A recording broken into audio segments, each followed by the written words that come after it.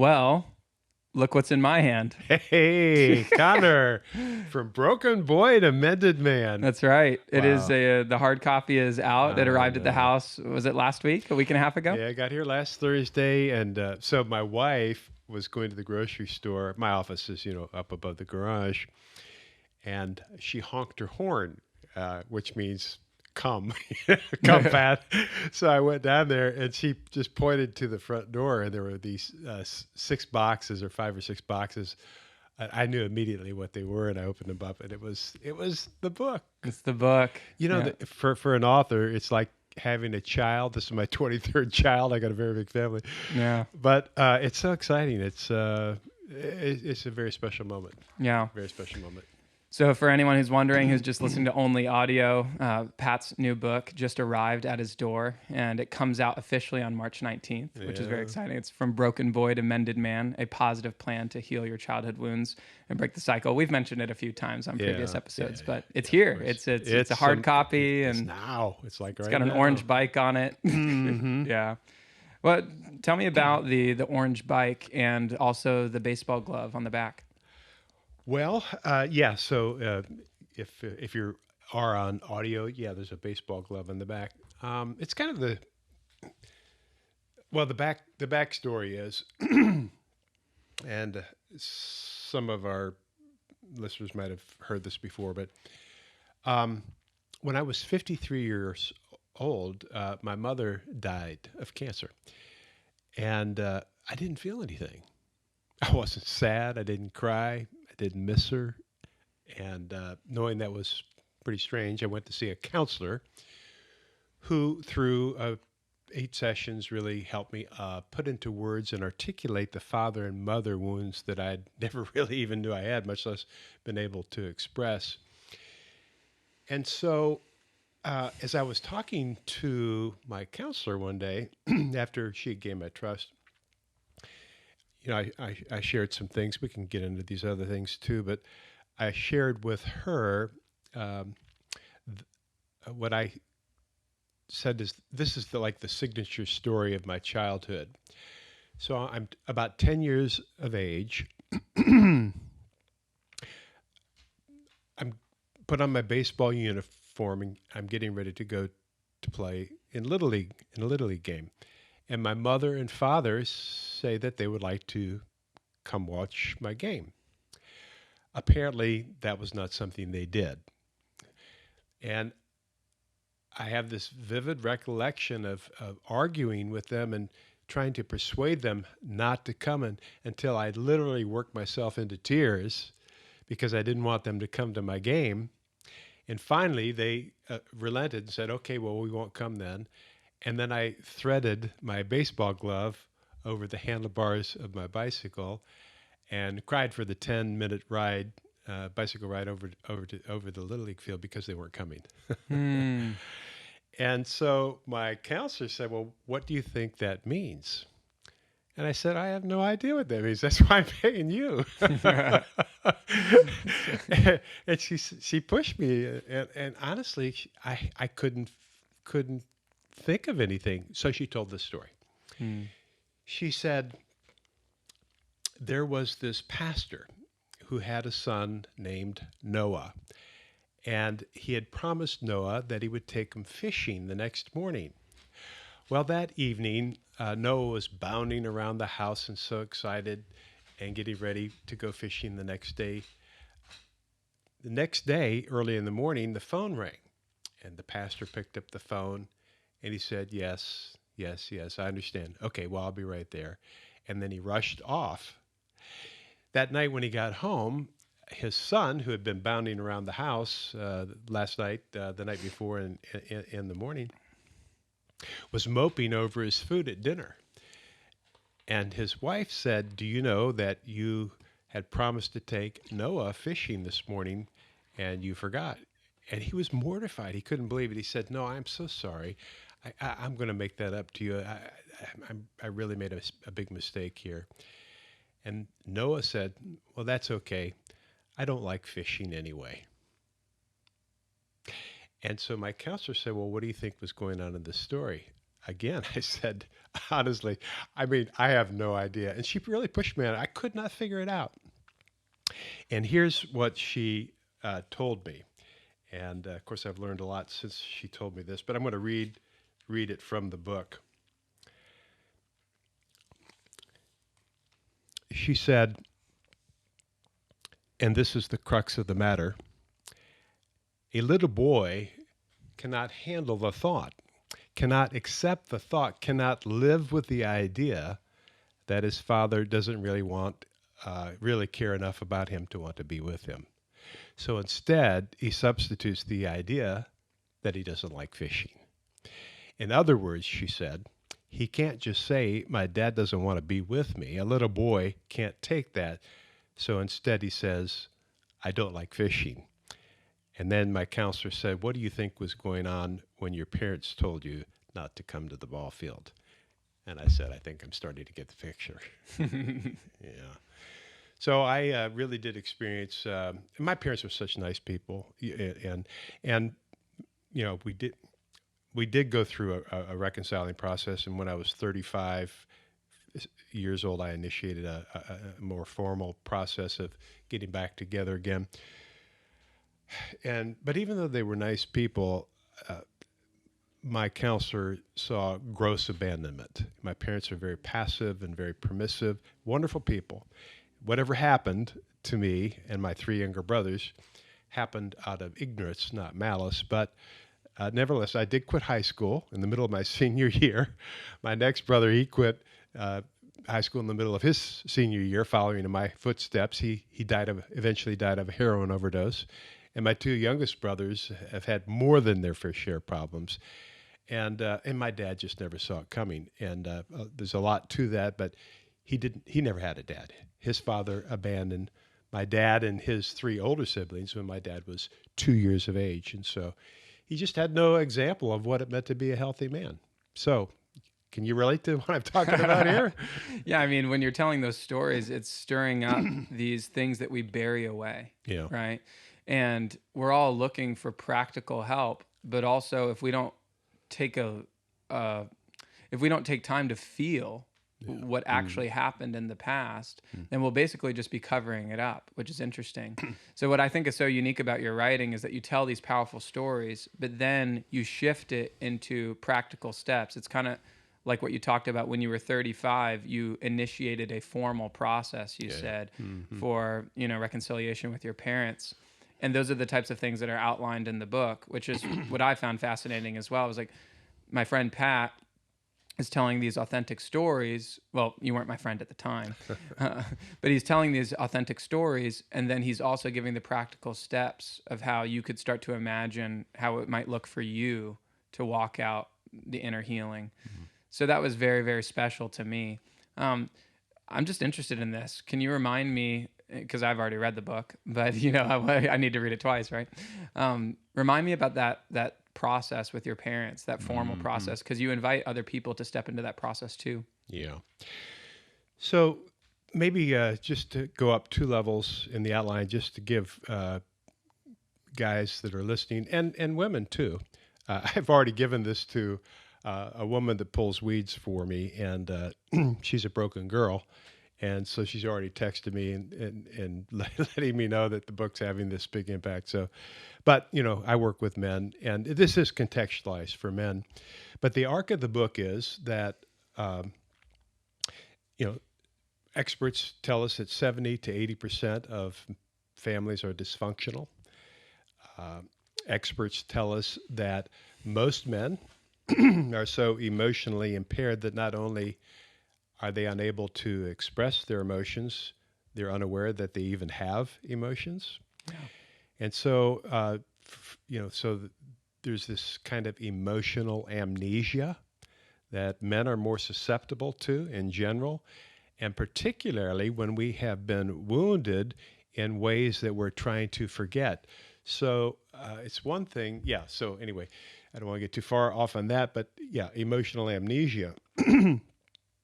So the arc of this book is really to help men. And I also want one more caveat here, and that is that some guys might think, well, I don't want to know. Yes, you do. Mm. Yes, you do. You might not want to deal with this because you think it's so painful. But let me ask you a question. If you are walking around with this volcano of anger in you, or if you're very prickly and you get your feelings hurt easily, if you start pouting and you withdraw, I mean, do you really want to live like that for the rest of your life? And if you don't do something, if you don't take some positive action, that definition of insanity, continuing to do the same things and then expecting a different result, if you don't take some action, where will you be 5 years from now? Where will you be 10 years from now? And how much collateral damage will you have created in your marriage, with your children, or maybe even with your grandchildren, who knows, or your friends and in the workplace? So this is a supremely and significant and important issue. And, and this is why I even tell guys, in most of the interviews that I do on books, this is, like I said, already 23, I will often reveal enough in the interview on the radio or the podcast. So the guy is, you have the gist of the book. You don't actually have to get the book. I just given you the gist of the book. And maybe we'll give the gist of the book here, but this is not that book.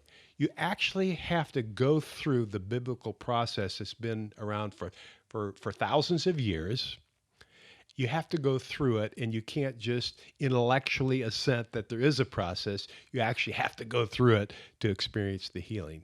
So that's the big picture on this. And so part one will help men unravel what happened to them so they can really understand what their wounds are and how those wounds are affecting them and the people around them that they love. The second part of the book is healing your childhood wounds, going through this biblical process that we can talk about more at some point. And then the third piece is breaking the cycle for your own marriage, if you get married, children, if you have them, your friends, and other relationships. Yeah. Yeah. So what was it like growing up in your home? Yeah, I mean, I'm definitely stirred by all of that.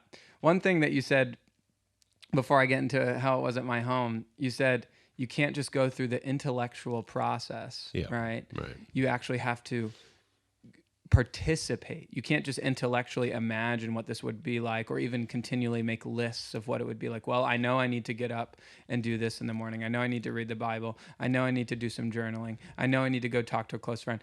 It's not enough to list it out and say, oh, well, I did enough healing for the day.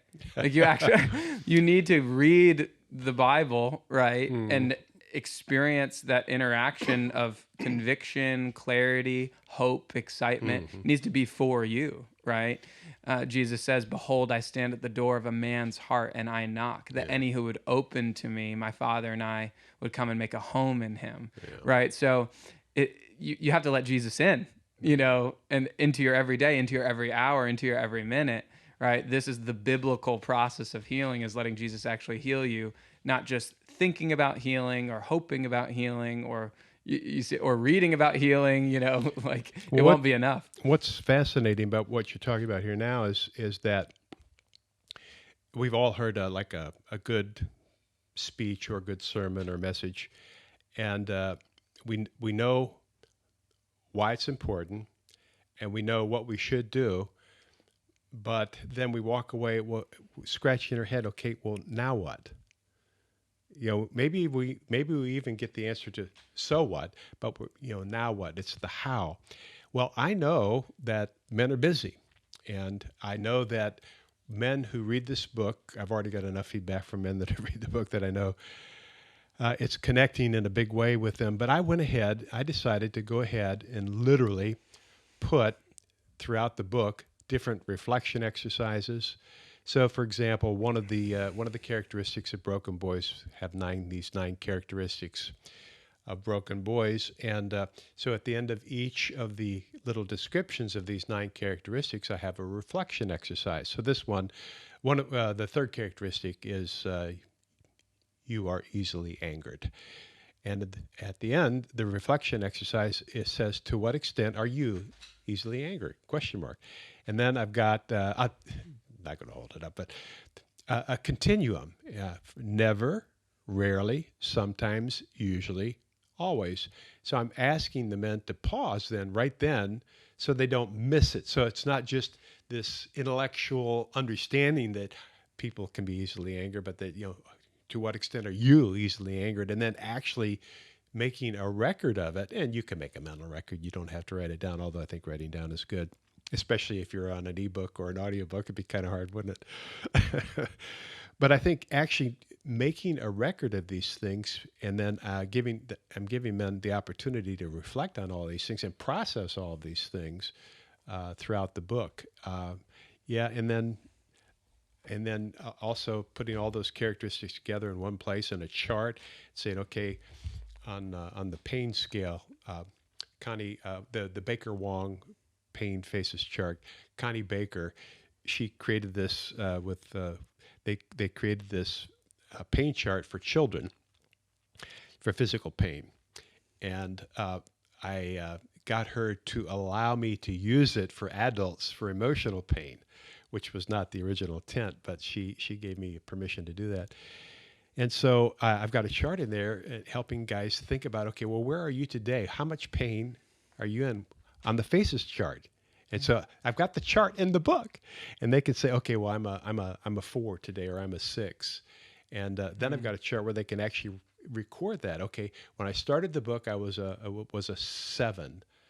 And now today, I'm already down to a 5. And then where do you want to be in 5 years? Mm-hmm. So you can actually think through these different things, and then knowledge is power. If you're trying to solve the wrong problem, you can only succeed by accident. So making sure that we understand the problem that we're actually trying to address. You're angry, okay, or you're overly sensitive and you frequently misread what people intend. That's me. Or you are insecure and need constant reassurance. Again, that's me. So if you don't know why you're that way, then it's very difficult to solve a problem that you don't correctly understand. It'd be like you get the idea.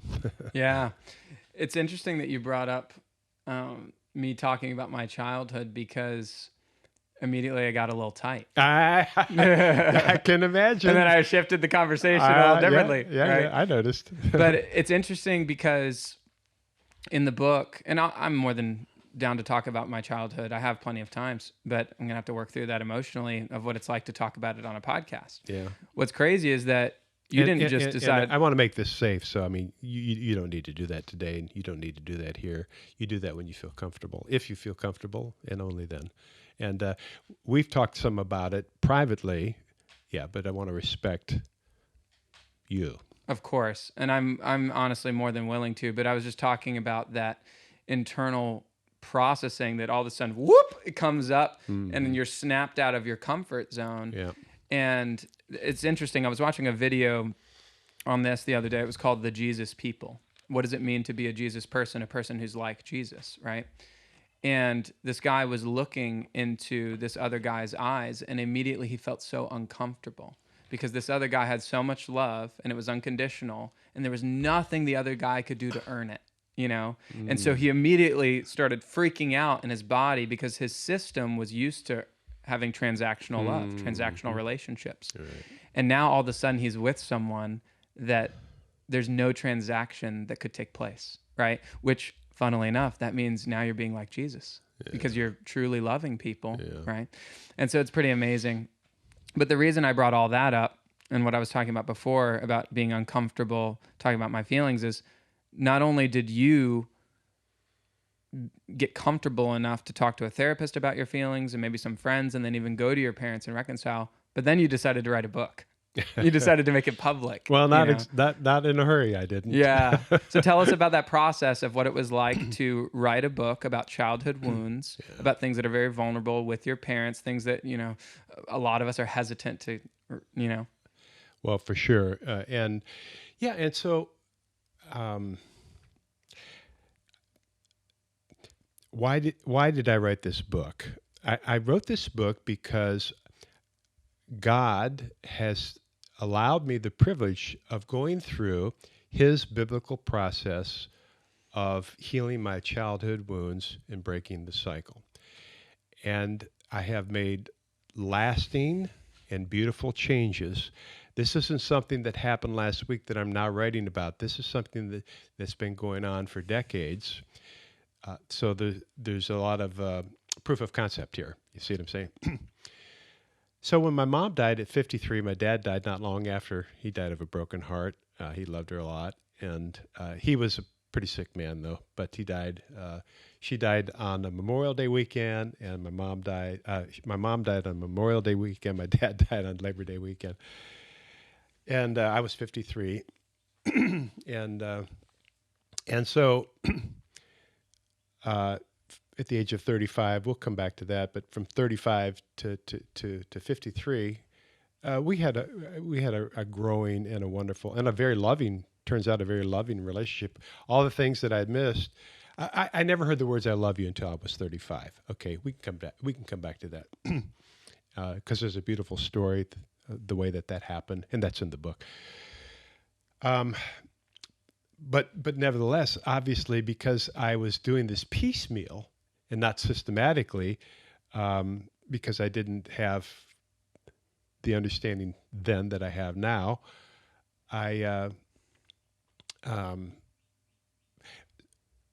so mom dies, dad dies, and I kind of lost my train of thought. It's okay. Yeah, the meat of the question for me is, what is it like to decide to wake up every day and say, you know what, I'm going to write these things down for another group of people. They're very vulnerable. They're very personal. They're things that people would rather not even talk about to a close friend, let alone on a podcast. But then you wrote a book, like, what is it like to go through that process and say, you know what, this is worth it? Yeah, I mean, it is. So the collateral damage in our culture today is staggering. I was just reading a report, getting ready for our annual reunion meeting for Man in the Mirror this coming week, and I was just doing some prep work, and I saw this chart in an article from the CDC that in the year 2021, 57% of teenage girls are persistently sad and feeling in despair and depression, have depressed feelings. 57% of teenage girls, 57, and 29% of teenage boys. Well, what I'm here to tell you is that yes, that's a teen issue, but that's also a fathering issue. If those children had parents who were giving them the proper cocktail of love, structure, roots, and wings. We can talk more about that sometime. But those are the four components of nurture. Again, love, structure, not too much, not too little. Roots, something deep, and then wings, the sense of independence, helping to develop independence. If they were getting that, and then they would say, well, my parents are affirming, my parents are encouraging. And that doesn't mean that none of those teens would have those feelings because of social media pressures and bullying and all these things. But they would have a safe place to process those. These are staggering numbers. So we need to deal with these unprocessed childhood wounds that we as men have, because the collateral damage, we're destroying the next generation. Mm-hmm. The next generations. We're destroying our children because we're not able to give them what we didn't get. So the purpose of this book is to help give men what they didn't get, or to help them acquire what they didn't get. And so I felt a calling to write the book 7 years ago. And honestly, I didn't want to throw my parents under the bus. I just didn't want to do it. I honor your father and mother, do everything in love. And those are the scriptures I ended up writing it with. Honor your father and mother and do everything in love. But Connor, I didn't want to throw my parents under the bus, but my calling is to take God's message of love to a broken generation. Long before I had the idea of writing a book that had the word broken in it. I mean, that's from 1987, for crying out loud. And I've been doing that, but so not wanting to dishonor my mom and dad, but then also experiencing these beautiful, lasting changes, and being healed and breaking the cycle myself, and then helping the next generation, my kids and so forth, although they suffered some as well. Talk about that in the book too, and then how we have been able to overcome that. I even talk about, if you have already done some damage to your children, how you can go to them and help them go through part of a healing process or initiate that. So with all that said, after 6 years, I felt, about a year ago when I started writing, I just felt like it was something that God wanted me to do. And I actually it took me 6 years of prayer, but I finally came to the place where I felt that, okay, my mom and dad, if I could write a book where we could all three of us sit down in a room and go over the manuscript, and we could say, yes, that was painful, but that's what really happened, and we think that might be helpful to somebody else, that they would approve of this book, and I could write it in that way with some compassion for them, because they didn't have it particularly easy themselves, that this would be something that could help a whole, who knows, a whole generation of men, Yeah. perhaps.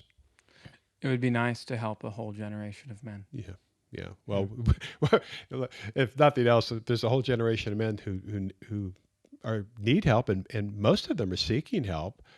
But where do you look? Where do you go? How do you do it? Do you look over here? No. Look over there? No. I mean, and ultimately, it's helping men find how to be fully alive in Jesus is the ultimate answer. But you can't just tell somebody, well, pray about it. You have to pray about it and go see a doctor. Pray about it and go to the tire repair store. You got a flat tire? Pray about it, sure, but call AAA. I mean, you have to actually do something too. Yeah. God will do His best work, when we involve ourselves and take some personal responsibility. Reminds me of the proverb that says the fool stays in his house, and he says, I cannot go out. There's a lion outside. Yeah. It's a very interesting proverb. Yeah. It hits your stomach. Yeah. Because there's times in your life when you really should be praying and not taking action. You should wait upon the Lord. Yeah. Right. But there's other times in your life where God is definitely motivating you to take action. He's already kind of told your deep heart, right, your instincts, what action to take. Yeah. And you're just sitting at home. Yeah. And so that's what I think is cool about this book, is that plain as day, if you know in your heart that you need to be taking action, there's action steps. Yeah. It's clear.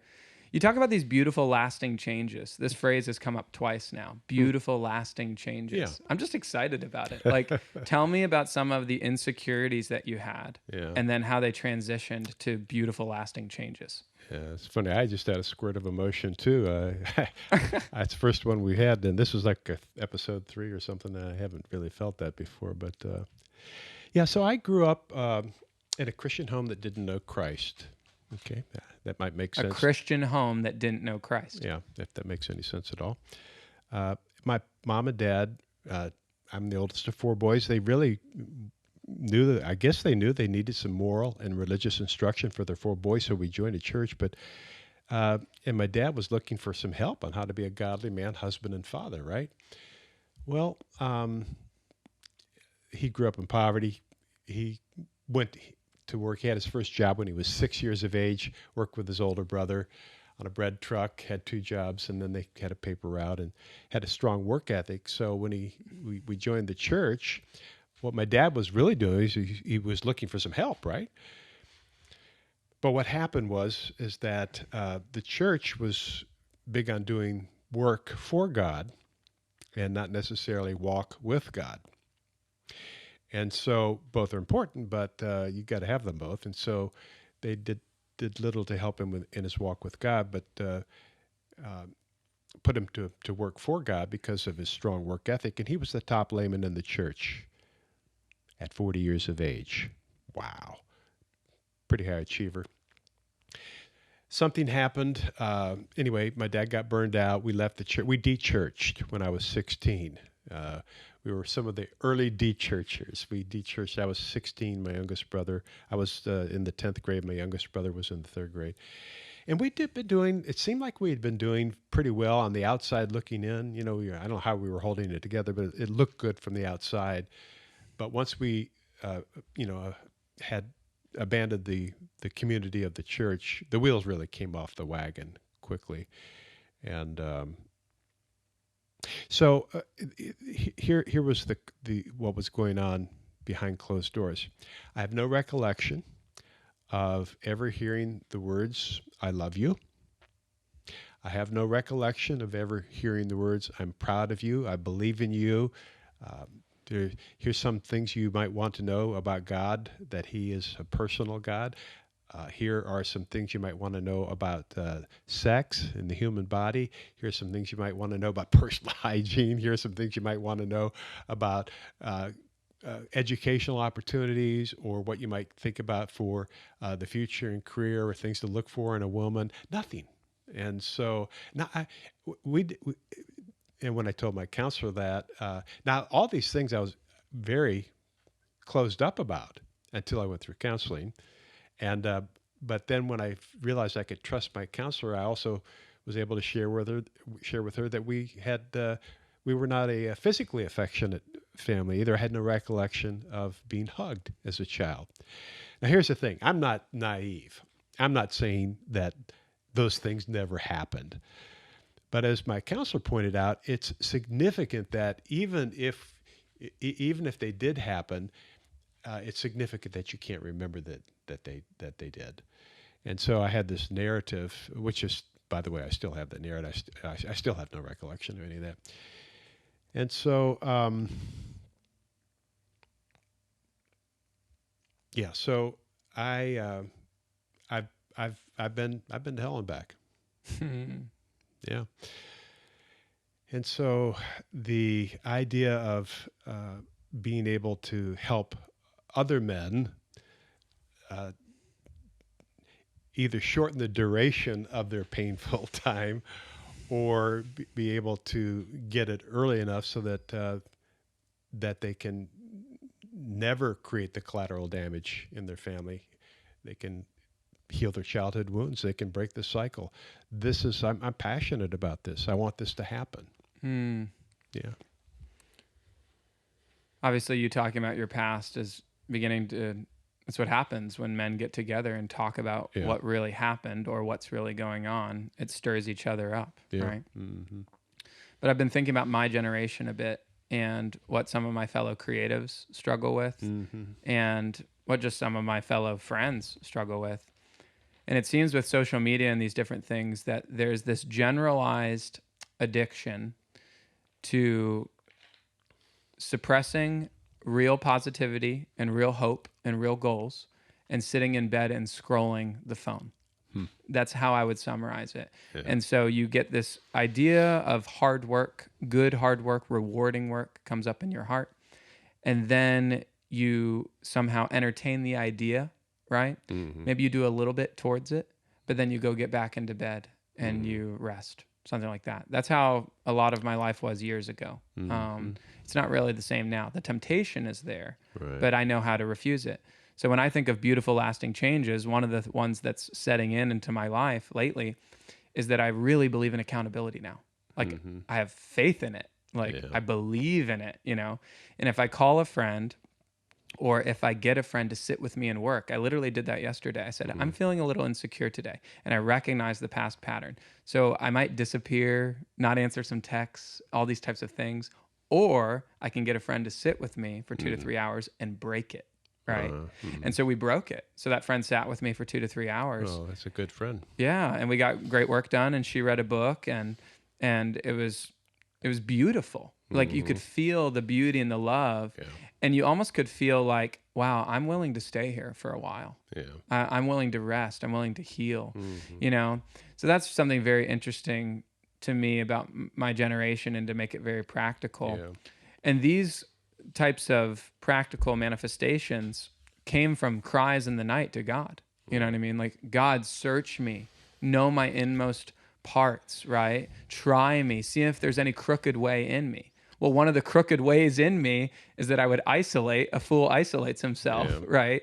And then I would just get caught up in my feelings, and then I would have no strength. You know what I mean? And eventually, something that's interesting about that is that those moments would be so painful that eventually I would say, all right, God, enough's enough. And I would get up and do something. But then I started to notice a crazy pattern. I was really excited about talking about this today. All right, here we go.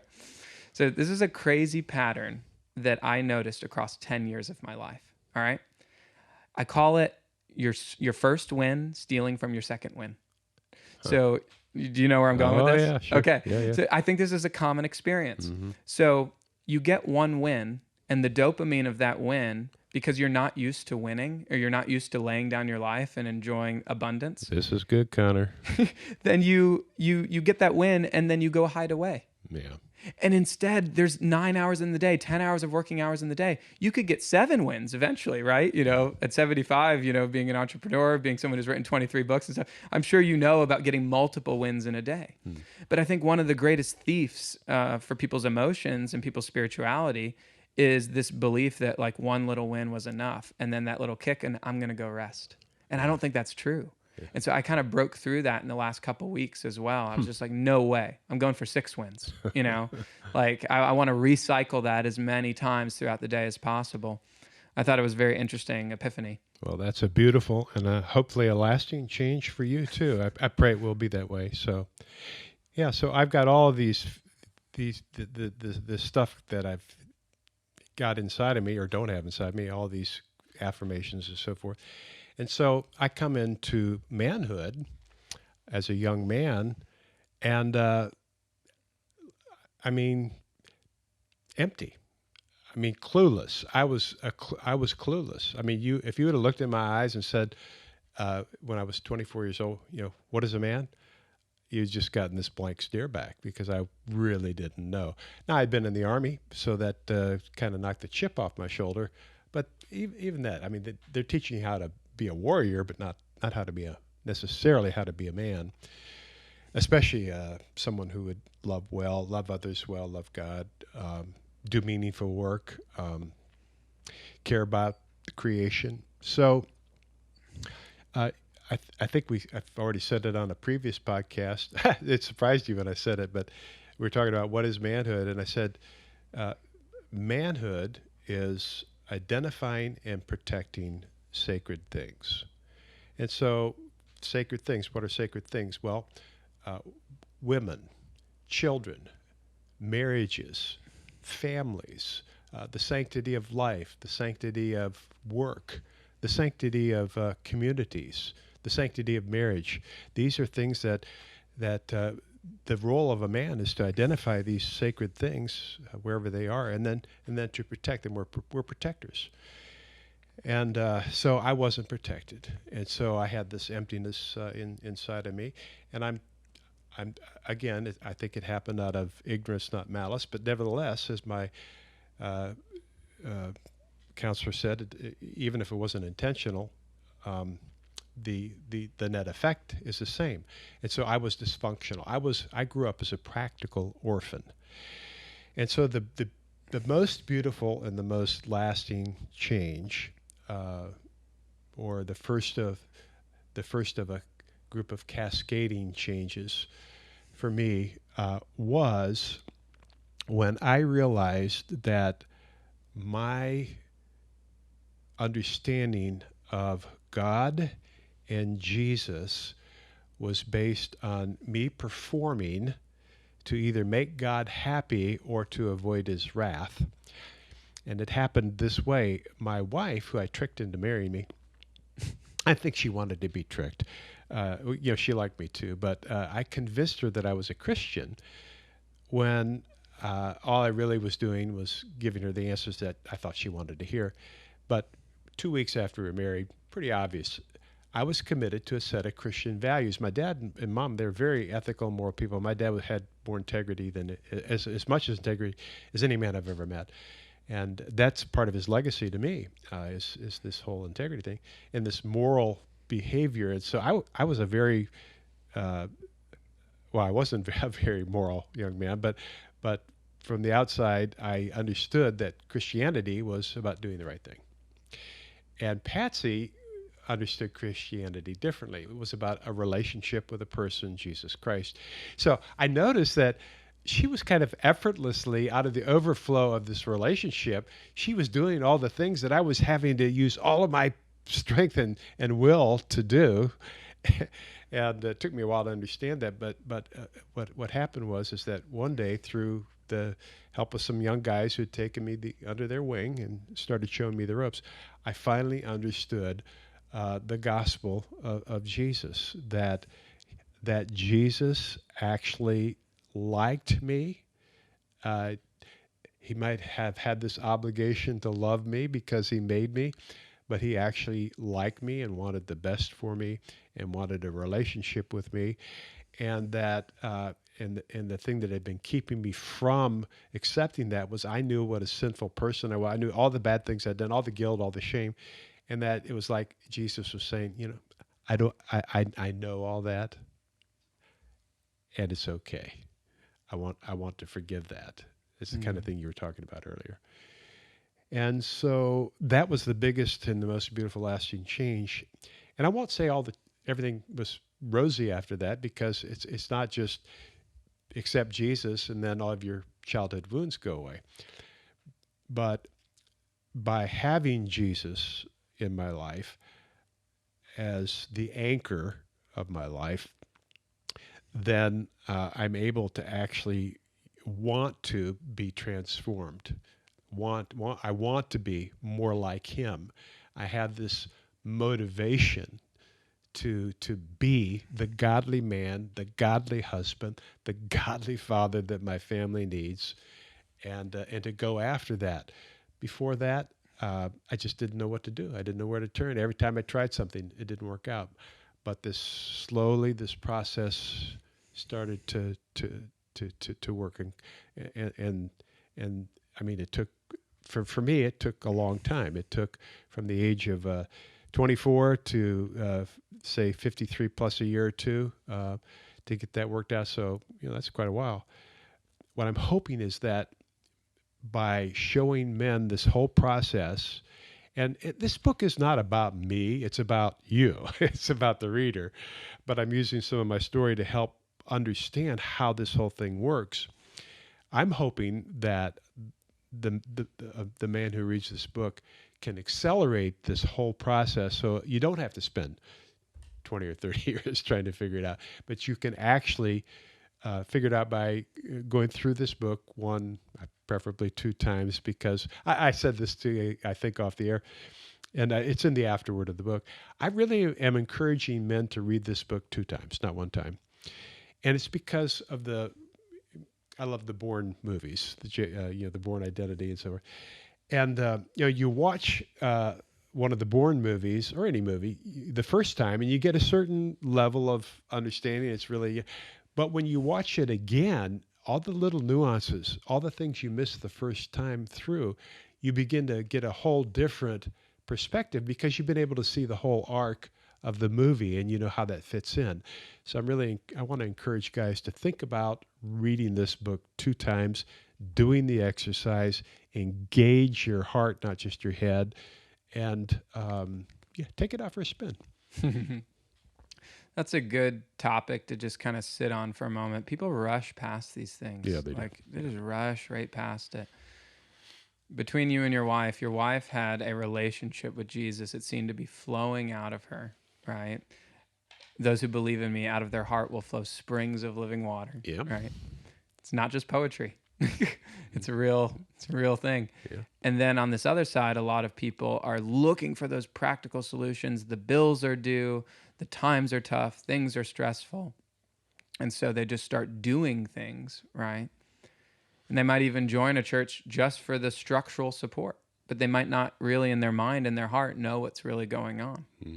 That's fascinating, right? Yeah. And so for you, it seemed like a real spark of motivation took place. Yeah. And it's that motivation that it's not like all your problems went away, but now you had this clear, loving motivation, this invitation, like a living hope. There was a hope that things could be better. And it kind of goes back to the beginning of the interview for me, because you said that, is it worth it? Is feeling all these emotions worth it? Is working through all this, is setting an hour in your schedule to sit and be by yourself with your feelings? It sounds so cheesy, but it's worth it. If you have a guide. Yeah. Yeah. Well, what do you mean by that?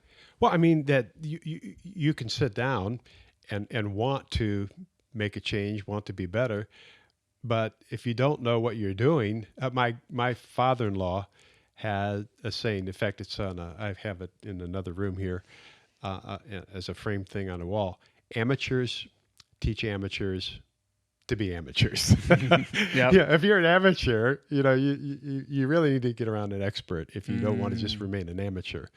And so as it turns out, I mean, I've spent decades on this now, so I am an expert in this. But I'm not writing as a clinician in this particular book.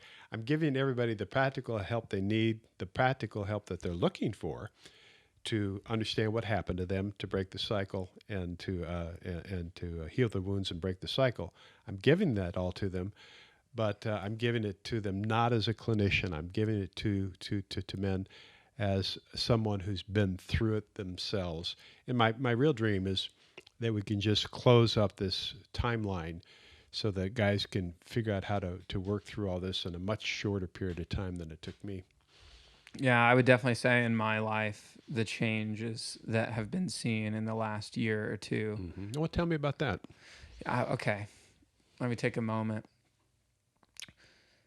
So I've been changing so much that it's hard to remember how I was. There's a song that we sing a lot at our church, and it's I'm in love. I cannot remember what I was doing before I met you. Huh. So you're so overwhelmed, and you're so enraptured with the good that's now happening in your life compared to, I mean, think of someone who used to be in a brothel or something, right? And they literally get rescued by a Christian SWAT team, one of those types of ministries, or another type of ministry that doesn't believe as much violence. They buy the girls off the streets, right? And then all of a sudden now they're in this safe Christian environment where they're being fed, they're being loved on, they have therapy. These types of places exist. Right. And imagine that type of person 5 to 10 years after that original rescue, right? Part of them, if they've really gone, if they have all these good Christian friendships now, if they really have the Holy Spirit, if they really have all these resources, they're a completely new person. Yeah. Completely new person. This is how I feel after working on this project together and going to discipleship school for the last 6 months. It has completely changed my life. I don't feel the need to succumb to different negative temptations or emotions that come on my body or in my mind. I actually have tools and resources to demolish strongholds, right? Which is like out of Corinthians. And so I literally am demolishing strongholds in my heart and in my mind. I have a good relationship with my parents. I don't get as tense around them. I'm able to minister to them and even counsel them in a respectful way, in an encouraging way. I don't rebuke my parents anymore. I don't yell at them. I don't fight with them, right? I accept them as they are. I love them for who they are. I pray for them. I'm motivated to pray. I used to be so upset and angry that I couldn't pray or even think of praying. Now I'm motivated that prayer is the best way for me to love them and support them, and then for me to embody love when I'm around them, right? So these are radical changes of perspective, to go from yelling and fighting and complaining that the garage is still dirty after 15 years, and saying these types of things. I would always harp on the garage. I'd be like, the garage is a reflection of our family. I would yell about these things, right? And maybe I was right, maybe I was wrong. I was definitely wrong to say it like that. It's disrespectful. But I was also a hurting son. I was a hurting son. My chest was tight, always wondering if I was going to get enough time with my dad. But in the background, what was really going on is that my dad was trying to get enough money to pay some bills.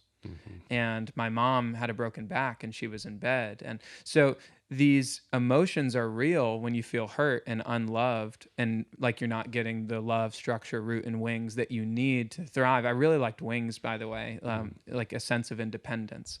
I feel like I had to get that on my own. I don't feel like it was given to me. I took my independence because I was so angry. Well, that's flawed independence, right? So that was interesting. But the whole point of what I'm saying is that I no longer had to succumb to those negative invitations, that this is the only way to process your pain. Yell, scream, fight about it, get upset, go alone, cope, scroll the internet, eat food. I just started noticing in the last month that I have a small food addiction. I'm 165 pounds. Like, how do you have a food addiction? Well, when I'm stressed, I eat. Instead of processing my emotions and everything, I just go start eating things. So I was like, wow, a layer that I would have never seen if I didn't take the first steps that I took the last 6 months. You know what I'm saying? That's good. It's happening. Beautiful. It's real. It is real. And it's been actually one of the greatest joys of my entire ministry career has been working with you. This childlike faith that you have, this supreme joy in the Holy Spirit, and this vulnerability that you have expressed to me on so many different occasions in so many different ways. It takes a certain type of humility in order to be able to do that. Well, to carry on, so I've got this beautiful change now. I become a follower of Jesus, and I can immediately, things are happening. Just things are happening. Changes are going crazy. And they're things that I'm not consciously pursuing. It's just like the Holy Spirit is literally changing me into a new creation. And I'm a passenger. Now, I was participating. I consecrated myself. He was sanctifying, but I had consecrated myself to be changed. So I was in small groups. I was in church. I was praying with and for my wife, which is pretty unusual, I found out. And then in spending time with God. And I was doing these things, but I also had my own agenda with the business. And so I was kind of trying to have my cake and eat it too. But the next big change that took place is that I started longing, is the only word I can come up with, longing to have a relationship with my parents. Because when I left home, when I quit high school, joined the Army, as far as I was concerned, I was gone. That was it. And if it wasn't for Patsy, my wife, I'm not sure I would have ever re-engaged. But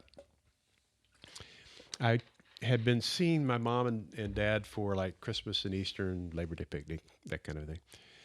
So some contact, but I just had this yearning in my early 30s to have an actual, like a relationship with my dad. And so I asked my dad, it took a lot of courage, but I asked my dad if I could take him to lunch on his birthday when I was in my early 30s. And he was excited to do that. So we went to lunch. It was beautiful. And we made that an annual tradition. When I was 35 years of age, so a few years into this, we were walking out to our vehicles after lunch, and he was a working man, so he had a truck, and by coincidence, we were parked, or maybe divine coincidence, we were parked next to each other. And so as we were saying goodbye, I said, Dad, could I give you a hug? And the words were not out of my mouth, and he was charging me. He was charging me like a grizzly bear. And he threw his arms around me, and he let out this deep primordial groan. It must have lasted 20 seconds. And then we drew back from each other, and our hands were on each other's shoulders. Tears were, rolling down both of our faces. And I said, I love you, Dad. And he said, I love you too, son. And that was the first time I'd ever heard my father, the first recollection of me ever hearing my father say, I love you. Well, Connor, it was electric. It changed everything. What's fascinating, my dad and I, we, as far as I know I never spoke about it to the rest of the family. I don't think he did. but it radically transformed our entire family. Up until that point, nobody did any, verbal or physical affection. But after that single event, it was crazy. It was like every time we were together, well, I love you. Well, no, I love you. Well, I love you. I love you. Oh, hug, hug, hug, hug. In fact, one day I was talking, not long after this, I was talking on the phone with my brother, and I'm caricaturing this a bit, but barely. We go to hang up, and he says, well, I love you, Pat. Now, I'd never heard this from the kid, right? It's my younger brother. I love you, Pat. And I said, well, I love you too. And he said, well, I love you more than you love me. And I'm thinking, who are you? And what did you do with my brother? And I said, well, I've loved you for a lot longer than you've loved me. And even though you might think you love me more than I love you, that's not true. I love you more than you love me. And I hung up the phone. You won. With the laughing. And so that was the most phenomenal change. And I think that's really when our family, certainly my father and my mom and dad and I, really entered into a proper reconciliation. But it was a periodic. It was piecemeal, because I didn't have all of it put together like I do now, and like I have put together in this book. I didn't have I didn't understand what the different pieces were. I didn't know how to face the truth and get out of denial, for example. I didn't know how to grieve the childhood that I had missed. And I didn't know how to forgive my parents. Now I know how to forgive, unilateral forgiveness. And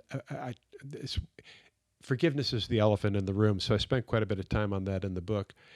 And you might be thinking, if you're listening, oh man, you don't know my parents. I could never forgive them. Yeah, actually you can. And it's not that hard. Come on. Yeah, it's not that hard. And it's an act of faith. You do it as an act of faith by your will. And I'm going to take you through the step-by-step process of how you can do that with your parents.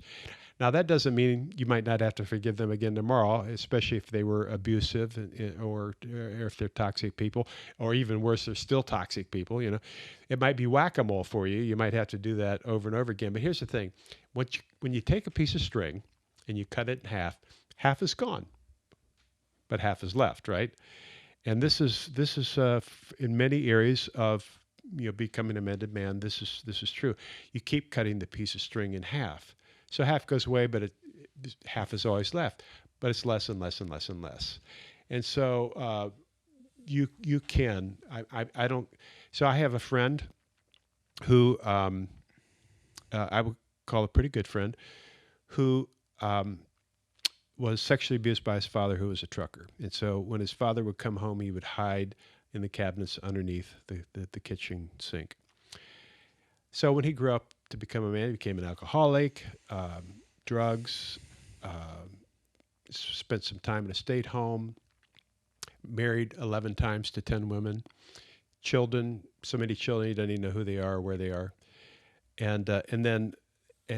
But God, Jesus Christ, got a hold of him, and he is a very, very transformed person. Forgiveness is one of the key and central elements of his story, his ability to forgive this wicked, evil father, who, as far as I know, never was repentant in any way. But you don't need to have your parents be repentant. That's a terrible story to tell, isn't it? But anyway, because that's about as bad as it gets. But no matter what situation a man is in, you can heal these childhood wounds. You can get past it, and forgiveness is a key part of that. I'm going to show you how in the book. Yeah, you definitely do show how in the book. I mean, when I read it, particularly the outline on accepting that your parents are human, but that the way you feel about what happened to you is real as well. Yeah. That was a journey, because everyone's like, I feel hurt. This sucks. It wasn't fair. It wasn't fair. And you have to embody that. But then when you realize that your dad might have had a dad that failed him, and his dad might have had it, right? And you actually understand this idea of a cycle, like, oh my gosh, I'm a human in a cycle, a generational cycle, right? It gets interesting to think, okay, how am I going to break the cycle? Right. Well, the way I'm going to break the cycle is I'm going to forgive. Yeah. I'm going to choose forgiveness. And Jesus, like, I could feel you getting firm there, like a healthy firmness, like a challenge, like you can forgive your parents. Jesus, this comes from Jesus, right? Like, we won't be forgiven in heaven. This is a good challenge. Yeah. If we don't forgive those who've harmed us. Yeah, right? that's the next verse after the Lord's Prayer in the in the Sermon on the Mount. Conveniently left out often. And we're not going to leave it out, praise God, because I of course I love God, but the beginning of wisdom is the fear of the Lord, right? I fear God. I take what he's saying seriously, and he's challenging. And by fear, you mean revere and hold holy and sacred. I respect what he's saying. Yeah, awe. And I think there's an importance to it. And when he tells me to forgive, I should go alone into my room, shut the door, right, and pray to my Heavenly Father in secret for help with forgiveness. God, help me forgive these people because it's hurting me more than it's hurting them, right? They're still going around doing whatever they're doing. That happens a lot, right? But the forgiveness is what it releases you. Yeah, for forgiving them actually heals you. That's a big idea. Forgiving them heals you. That's why God's inviting people into forgiveness. Yeah. I mean, he's a healer. And it's unilateral forgiveness. Jesus teaches unilateral forgiveness. That is the weirdest thing in the world. In other words, it's not if people come to you and bow down, prostrate themselves before you, or bend a knee and beg and plead for you to forgive them. Please, please, please forgive me. I'm so sorry. It's like, forgive us our sins as we forgive those who sin against us. Period. There's no conditions. It's unilateral forgiveness. That's what he teaches. And it's the same forgiveness that he gives us, that he's asking us to give to others, or let's call it an echo of that, because it couldn't be as perfect as his forgiveness, right? Yeah, I mean, his forgiveness is crazy. Like, he's on the cross. It's unfair. Talk about unfair. That's unfair. What, his forgiveness? That we would be able to be forgiven at all. Yeah. By grace. I mean, he's on the cross, right? And he's literally experiencing sin. Like, every moment, every accusation that's being said, every spit, every angry thing that's being said is an additional sin against him, and a new thing to forgive. But he's up there saying, forgive them, Father, for they do not know what they're doing. So that's such mercy, right? He's looking into their past. He's looking into their cycles, quite honestly. Yeah, sure. And he knows that they don't understand the way that they're hurting him. And so he asks God to forgive them. This is deep. It's not going to be solved in one podcast. It's not. Another cool change took place. So I said, I told my counselor, just this feeling that I was on my own and had to figure things out for myself was like the biggest struggle that I had. And then the strongest memory I had was that I'd never really heard these words, "I love you." And then the other memory that was right after that is no recollection of feeling like my parents were proud of me or hearing that. And so we were at a basketball game. First time my parents had ever come to see our son play basketball. Our son played point guard. He's pretty good in high school, and my parents had never been to a game. We invited them to come to a game. So we're sitting there, and I'm on the aisle, and then my mom is next to me, and then my dad, and then my wife is on the other side of my dad. And my mom and I are sitting there talking. I'm just saying to her how proud we are of our son because of the industry that he's shown and the diligence and the learning teamwork and leadership principle. We're just so proud of him, and we tell him that all the time. And my mom says, out into the ether, she says to nobody in particular, she said, thoughtfully, she said, when our 4 boys were growing up, I don't think we told them often enough that we were proud of them. My mind just burst. I mean, it's like, Mom, you're talking in the third person. I'm right here. I was one of those 4 boys. And, and then the other thought that went through my mind is, it's not too late, Mom. It's not too late. You could tell me now. You could tell me now. Yeah, but she didn't. And But so I was still, and I've been a leader my entire life. I've done incredibly interesting things as a leader, but I've always felt awkward. I always felt awkward with people referring to me as a leader because nobody had ever affirmed me as a leader. My parents had never affirmed me as a leader, and or that I recall. And so I'm 47 years of age now. So remember, the hug was when I was 35, so 12 years later. So I'm just telling you guys, if you read this book, I promise you I can help you compress these timelines. But at 47 years of age, I took my dad to our traditional birthday. We're still doing that birthday thing. And I write on his card, among other things, I said, "Dad, I sure hope you're proud of me." And I, after lunch, give him the card. And he opens it up. He had those kind of glasses, you know, with the bifocals for tutor. So he's looking down at the card, reading it. And he never looks up. And he says, "Well, you know I am." And that's all I ever got. This cry for help. This, you know, like, you know. But it was electric. It was magical. I mean, I felt like somebody just hooked up battery cables to me. It was so powerful, and it did. It released something inside of me. I kind of thought he was. But it was so amazing to actually hear the words, well, you know, I am, a verbal affirmation that he was proud of me. It has made all the difference in the world for me. And so these are the kinds of changes. These are just a few examples of the kinds of changes that I think any man can have if he will go through the process of understanding, trying to unravel what happened to him, and part one. And then part two, really the healing process that the Bible describes. It's not my process, it's God's process. And, you know, psychologists and counselors keep improving, you know, and putting tweaks on it. But really, you know, at the end of the day, it's still the same process, nothing new under the sun. And then breaking the cycle for your own marriage, children, friends, it's powerful. Guys, if you're listening, I mean, you can do this. It's honestly, it's not that hard. It just is something you actually have to decide that you want. It takes humility.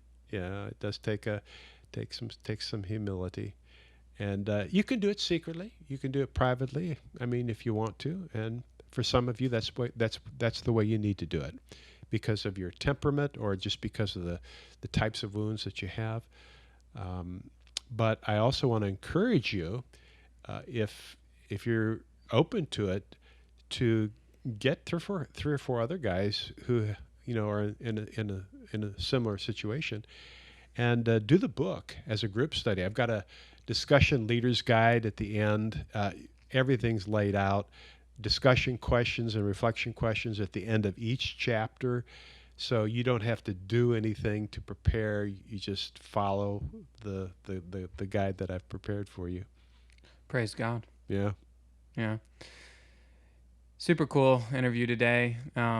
Great overview of the book, you know, From Broken Boy to Mended Man, a positive plan to heal your childhood wounds and break the cycle. I enjoyed reading it. I read it digitally. I'm reading it physically now. I took 42 screenshots while I was reading it digitally. You did. You sent them all to me. Yeah. I figured you'd love them. They were great. I loved it. Yeah. But as a 31-year-old, really impacted my life. Probably the most clear and practical guide that I've ever read on the subject. There's some great people saying cool things about it. Gary Chapman, who wrote the 5 Love Languages, and Dave Ramsey. The foreword. Yeah, he wrote the foreword. Yeah. So it's not just 31-year-olds, but it's also, you know, experienced veterans of the field. But I just love the practicality. I love how it's laid out. It really impacted my life. And if I could just sincerely say, like, thank you for writing it, you know, I really appreciate it. It's 7 years in the making. 7 years ago, this book came to you, huh? Yeah. 7 years, 6 years of trying to figure out if it was what I was supposed to do or not, and then 1 year to do it. Yeah, it's cool. Well, for anyone who reached the end of the episode, this has been the Burn Your Boats podcast with Patrick Morley and Connor Jones. It's been very exciting today. And if you want more men's resources like Bible studies, articles, if you want to see different books that Pat has written, you can head over to the website, patrickmorley.com. They're all there. If you're particularly interested in getting a copy of From Broken Boy to Mended Man, then you can go over to Amazon and look it up if you like. Or you can just go to patrickmorley.com/book. And all the different options for how you can get it will be there. But it's been a great day, Pat. Did you have a good time? This was awesome, Connor. And thank you for being vulnerable yourself to the men who are listening today. I think that'll mean a lot to them. I know it meant a lot to me. Yeah, it was a good thing to do. All right, God bless you guys, and we'll see you in the next one. On the next one, burn your boats.